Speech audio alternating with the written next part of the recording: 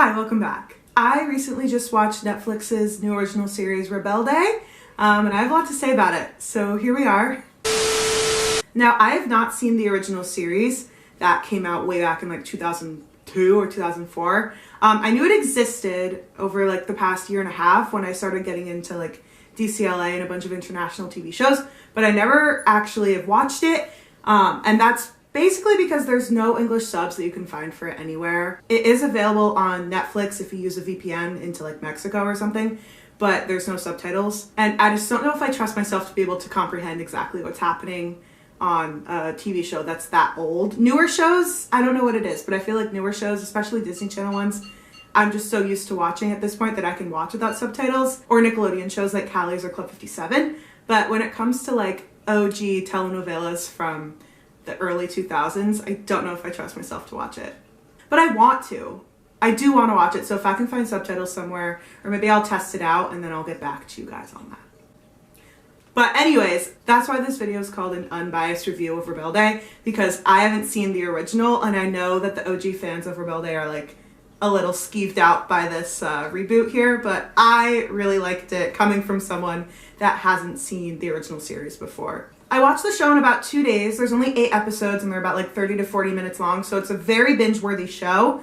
And I just wanted to give my review on it. I will give a spoiler warning right now because I am going to be talking about characters and ships and various plot points from throughout the show. So if you're not interested in spoilers or you haven't finished the show yet, maybe come back when you're done. Alright, so a little bit of an overview of Rebelde 2022. So like I said earlier, it is a reboot of the original show, Rebelde. That was a Mexican telenovela way back in the early 2000s. I think it aired from like 2002 to 2004 or something like that. Like I said, I haven't seen the OG, but I am familiar with a few RBD songs. I didn't know any of the ones that they ended up singing on the reboot, but I was familiar a little bit with the band and kind of like the vibe, I guess. The new Rebelde takes place at the Elite Way School, or EWS as the kids have been calling it lately, and it's a boarding school that has a music program. But a group of first years audition for the music program and then essentially end up forming a band together that is reminiscent of the original RBD band from the OG telenovela. Some of the characters are children of the people who attended the school in the original Rebelde, which I think is pretty cool, and also some of the administration at the school went to the school too back in the 2000s. So there's a lot of songs, there's a lot of ships, and I can't wait to talk about it anymore, so let's get started. Oh my god. Let's start out with characters. The first character that we meet is Hannah, and her mom was in the original Rebelde as well, but she didn't sing. I don't think she was in the band from what I've gathered in my minimal research that I've done. And her grandpa used to be principal of the school. But Hannah's like, she's kind of a celebrity. I'm kind of still a little confused about that. Like, I know she was big into modeling and things like that, and I think that was kind of something her mom was kind of getting her into, but she does have a passion for music. It like starts with her like mixing songs and stuff. She's having like a Callie's mashup moment. It's kind of cool. Her mom does not want her to go to this school and join the music program, but she's like, no, I need to go. Then we have Luca Colucci, whose mom was in the original band, and Luca's sort of an influencer. Not sort of, he is an influencer. His scene opens with him on like Instagram Live or something, and he's like, I don't know, he's weird. He and Hannah knew each other somehow. I don't really know why. Maybe it has to do with their parents, because their parents probably know each other. And they kind of had a falling out. They're not really on good terms when they both end up at the school together. But Luca does have some good character development. I think he's like the only character with character development in terms of like being bad and then ending up good. And they do a really good job of making you kind of like feel for him. But everybody kind of like knows Luca obviously because of his mom. So he's kind of this like untouchable guy. And from what I've heard, he is like just like his mother.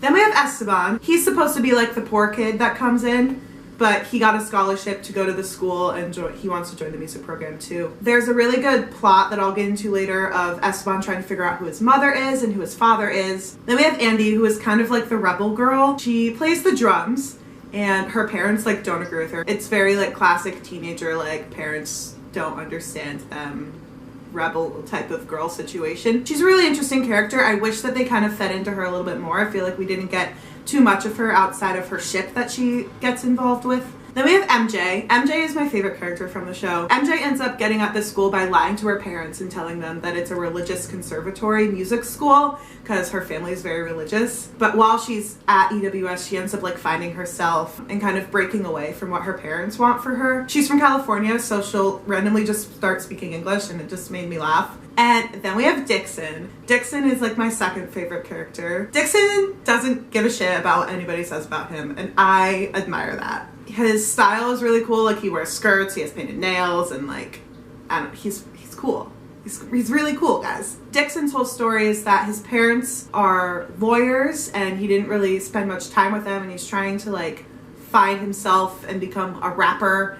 So he ends up at this school. But he's like really sweet and wholesome and like could do no wrong in my book. Then we have Amelia. And Amelia is one of those characters where you start out and you look at her and you think you're absolutely gonna hate her, but then she actually turned out to be one of my favorites by the end of the season. She's not a freshman, she's an upperclassman. She just seems like a mean girl, and she kind of like hangs with those type of people. Then we have Sebas, and I hate that man. He's the bad guy. He and Hana were dating. They're like together in like the first few episodes of the show. He's part of a secret alliance at the school. I guess it's secret, but like, I don't know how secret it is because everybody knows about it, called the Logia. And basically they're like this group. Think about like that group on Riverdale that was like doing wacky stuff. It's kind of like that. So there are three main ships of the show. They are Hana and Esteban, MJ and Dixon, and Andy and Amelia. We can start with Hana and Esteban. So basically the second they meet each other, they kind of have this like really cute connection. You can tell that they both like each other, but Hana's still dating Sebas at the beginning, so she has to break up with him. They are together for most of the show, I'd say. Cuando lo dices en voz alta suena super cringy. Towards the end, they have to break up, and it made me sad. But they still are friends. After Esteban kind of goes into that whole path of finding his mom and his dad, Hana thinks it's a good time for them to separate and kind of focus on themselves a little bit, which I think is great. And they said they're still going to be friends, so I'm hoping that in season 2, once all of that is resolved, they get back together because they were really cute and I really did like them. Then we have MJ and Dixon, which are my personal favorite ship of the show. I could kind of sense that they were going to be a couple at the beginning of the series just by the way they looked at each other, and I just felt like their style like meshed together, and I was right, and it made me really happy. After Dixon and MJ kind of become friends, Dixon's very like protective over MJ, which I think is really cute. You can just tell that like he really cares about her and really like wants the best for her. There's this one point in the show where they're having a party and they're trying to get Sebastian to reveal something to them and admit that he did something, which I'll get into later. And the girls had a plan to get MJ drunk, to be able to get Sebastian drunk, to be able to get him to reveal stuff. And Dixon just doesn't think it's a good idea because of MJ's like religious background and stuff. She really hasn't done anything that like stereotypical high schoolers have done. He's always looking at her and telling her that she's beautiful, and she always looks at him and she's like, thanks. And I just like, it makes me want to cry. Like, they're so cute. They end up getting together, I guess, kind of. They kiss, and then MJ does like something really shitty. She ends up singing with Sebastian in some show, and I'm just like, towards the end of the show though, it's unclear whether or not they're still together, so I'm crossing my fingers that, again, in season 2, if we get one, that those two can kind of resolve themselves also, because they are my favorite ship right now. And then last but not least, we have Andy and Amelia. We see like a softer side of Amelia when she's with Andy, because Amelia's kind of, like I said, in that circle with Sebastian, which we associate as bad. So it's kind of nice seeing those two together, and they have kind of like a secret relationship for a while until MJ and Dixon end up finding them out, which I think is hilarious. Andy wants people to know about them, but Amelia's kind of like, nah, I don't really know how I feel about that yet. But at the end of the show, in the last episode, Amelia does this like really cute grand gesture at like the final Battle of the Bands contest. During another band's performance, her and Andy go on stage and they kiss, and it's really cute. And she's like, you wanted everyone to know, and then everybody knows, and it just, oh, it's so cute. I love them. They are also the only ship that survived the first season, so that makes me happy. I'm glad that like starting season 2 we'll have some sort of familiarity with the ship. Let's get into songs. So there's a good mix of original songs and covers, and they do cover a lot of RBD songs, which I really enjoyed. They were really good. Some of my top faves, and this might be controversial, but like I really enjoy how they redid the original Rebelde song.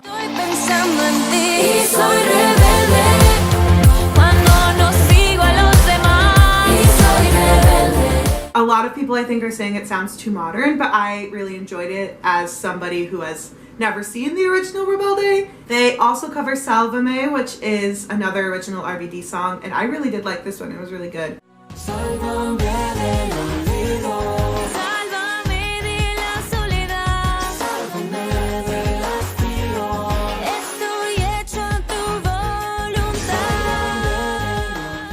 They also covered Corre by Jessie Joy. Going into the show, I had thought that they were only going to have originals and then covers of RBD songs, but the fact that they are doing other Latin artist songs I think was pretty interesting. And then I'm also a big fan of Pensando en Ti, which is a song that MJ and Dixon do together, which I think is really cute.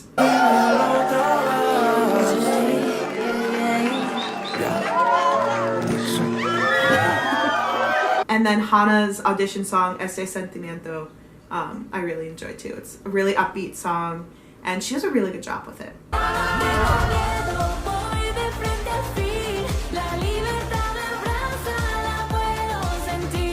But the entire soundtrack is availavailable on Spotify. I can put the Spotify code right here in case anybody wants it. I was really excited when I found that they did release a soundtrack. I wasn't sure if they would when I started the show just because I didn't know how many songs they do, but I was pleasantly surprised to look it up and see that there is a whole album. All right, let's jump into some plot points of the show. While I was watching the show, I found myself kind of predicting what would happen with the ships and then with the plotline with Luca and Esteban. I kind of saw that coming. I don't know if it's maybe because I just have watched too many like Latin American dramas to where like nothing really phases me anymore, or if they meant for that to happen. But honestly, I don't think it took away from the show. If anything, I think it only like upped and boosted my engagement with it, because now I was invested. I like figured it out and I was excited about it and I wanted to see where they would take it. So one of the first things that happen is La Logia kidnaps like all of the freshmen and brings them to this room and forces like our new group of 6 kids to sing Rebelde in like the original school uniforms as a hazing. I was a little shocked that that was the way that this show started. I did not think we'd have teenagers being kidnapped by other teenagers in masks, but it worked. While the kids are performing, a bottle of alcohol gets tipped over and ends up setting the studio on fire, and they have a little like Soy Luna jam and roller rink moment. Basically, Hana's really nervous that they're gonna get blamed for this fire. Things have been lining up for Hana to have reason to believe that Sebastian was behind all of this, so her and Dixon kind of team up to unmask him and prove that he did it. Then soon after, we move into auditions for the music program. All of our 6 friends audition, they all get in, miraculously. Who would have thought? Their first task, I guess, their first undertaking as new members of the music program is the Battle of the Bands. Everybody's trying to scramble to form bands. So the girls are trying to form a band with just the girls, and the boys are trying to form the band with the boys. They all end up coming together and forming a band of their own. So then we have a whole new Rebelde band. Our 2 main bands that we're really focused on and that the show really cares about in Battle of the Bands are Sin Nombre, or No Names, which I'll call them for the purpose of this video, which is our group of 6 kids: Hana, Esteban, Dixon, MJ, Andy, and Luca.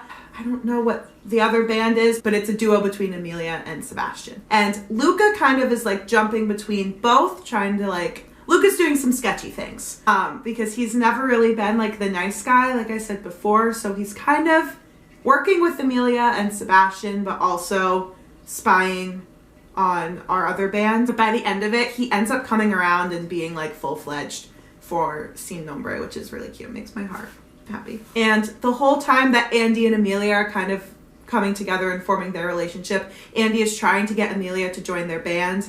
And Emilia's like, I don't know. She really feels like she has this loyalty to Sebastian, or she doesn't end up leaving Sebastian until the final show. Part of the Battle of the Bands was for each band to cover an RBD song and make a music video for it. The No Names were assigned Salvame, so they produced this whole video. And then Luca, who is kind of working with Sebastian, and La Logia kind of convinced Esteban to delete their video. After the video was taken off and they couldn't submit it, their team got disqualified, which again led everybody to really try to prove that Sebastian's kind of behind all of this. It was a little too easy, I think, but they did only have 8 episodes, so I understand that like it had to be rushed a little. By the final Battle of the Bands competition, the No Names are back in and they end up competing, and it's really great.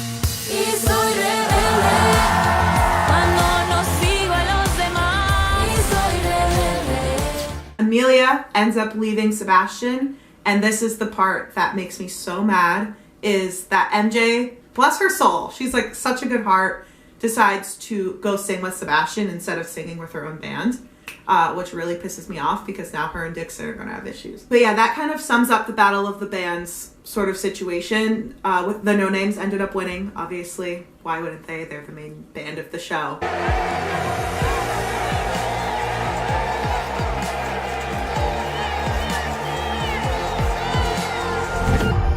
The one condition for the No Names to be able to perform at the final show was that Luca would be expelled from the school. So now we're kind of in this limbo where Luca's going to be and if he'll come back, and MJ's stance with the rest of the band after she sang with Sebastian. Another sort of major plot point in this show is Esteban finding his family and finding out where he comes from. At the beginning of the show, we kind of see Esteban, he's with who we presume is his dad and who he knows as his dad.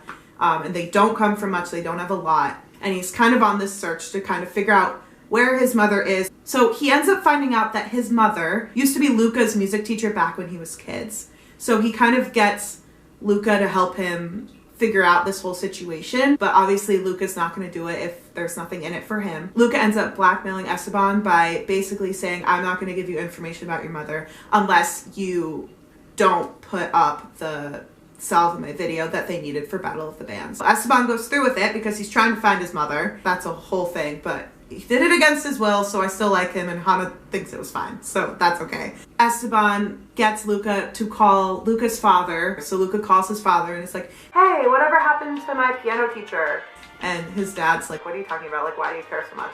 But he ends up giving him the information, kind of telling her where she could be. So Esteban goes and meets with his mother, but basically tells him she got pregnant by Luca's dad. So Luca's dad is also Esteban's dad. So we have a little bit of a half-brother situation, which I could see coming once they started really feeding into the Esteban needs to find his mother plot. I was like, oh, they're gonna make them brothers. And I was right. And I'm actually really excited about it. I'm excited to see where they take those two. I'm hoping that we kind of dig into this plot a little bit more in season 2. And I really hope that we kind of have a Nathan and Lucas One Tree Hill moment with Luca and Esteban. I think that would be really nice. They did end up like calling each other brother by the end of the show, which was really sweet. And I can see that they're gonna have a good relationship as the show goes on. All right, let's jump into some predictions for season 2 and some final thoughts.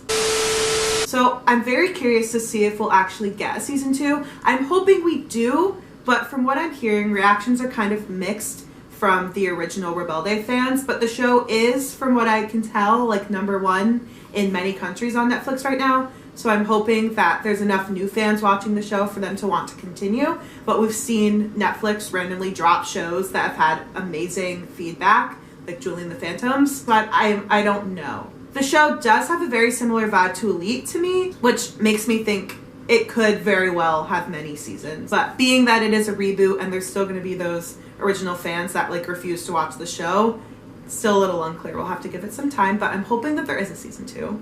If there is a season 2, I do think it's heavily going to be focused on Esteban and Luca's newfound brotherly relationship and kind of Esteban figuring that out for himself. I'm hoping that they don't do a terrible plotline with him. Like, I hope that he still like has his same character and his same like heart that he has right now, because it would really hurt for me to have to watch him go bad. I do hope and I do think that by the end of season 2, all of our ships will be back together. All of the ships, in my opinion, were like pretty healthy in season 1, so I'm hoping that they continue that into season 2 and we don't have to have like a lot of cheating and lying and deceit.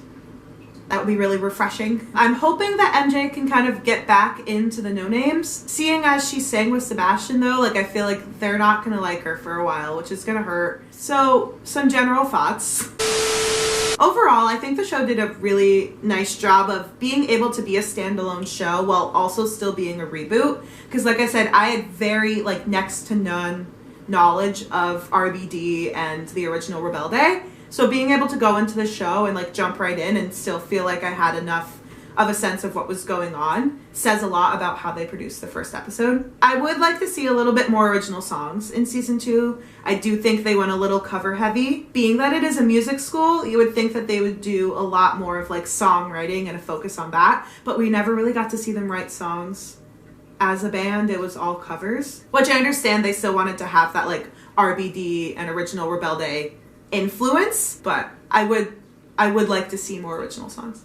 I get obsessed with things easily, but there's also like a point where if I don't like something, I'm not going to continue watching it. And the fact that I was able to binge the show in a day and a half and it really has like a big effect on me really says a lot about it. So I'm interested to see what you guys also think. If you want to leave your feedback or your own mini review in the comments below, I would love to hear it. And I really hope that this show reaches a lot more people here in the States or in other English-speaking countries, because I think it was really good. And there is an English dub. That's all I have for today, you guys. As always, thank you for the love and support, and I will see you guys next time. Goodbye.